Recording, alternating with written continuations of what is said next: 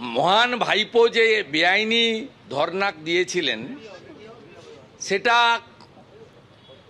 রাজ্য সরকারের লয়ার যে কলকাতা পুলিশকে রিপ্রেজেন্ট করছিল তিনি কোর্টে বলেছেন, আপনারা দেখেছেন, যে একটা ভুলের জন্য আরও ভুল করব কি আমরা, দ্যাটস ওকে। এবং মহামান্য বিচারপতি সঠিকভাবে তিনি জানতে চেয়েছেন যে ভুল করার জন্য কি কি অ্যাকশান নিয়েছেন তার রিপোর্ট কলফর করেছেন।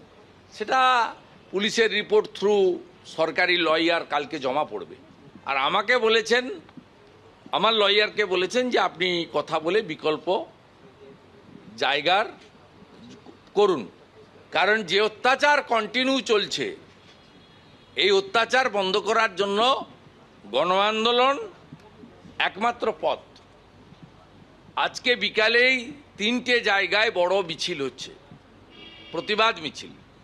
কেশিয়াড়িতে হচ্ছে মৌমিতা সিংয়ের উপর আক্রমণের প্রতিবাদে, অগ্নিমিত্রা পাল লিড করবেন।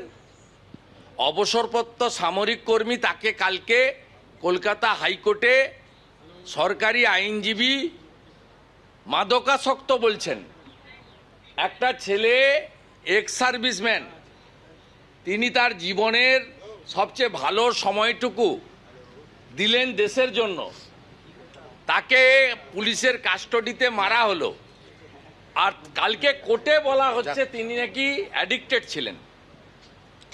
আজকে ডেবরাতে বিক্ষোভ মিছিল হচ্ছে, তার নেতৃত্ব বা উপস্থিতি আমার থাকবে। একইভাবে ভারতীয় জনতা পার্টির কর্মী শশাঙ্ক মাইতির বাবাকে মারা হয়েছে, গৌরী মাইতিকে, ওখানেও ভূপতিনগরে মিছিল হবে। ওখানকার নবনির্বাচিত এমপি এবং স্থানীয় বিধায়ক তার নেতৃত্বে 3টে কর্মসূচি আমরা নিয়েছি।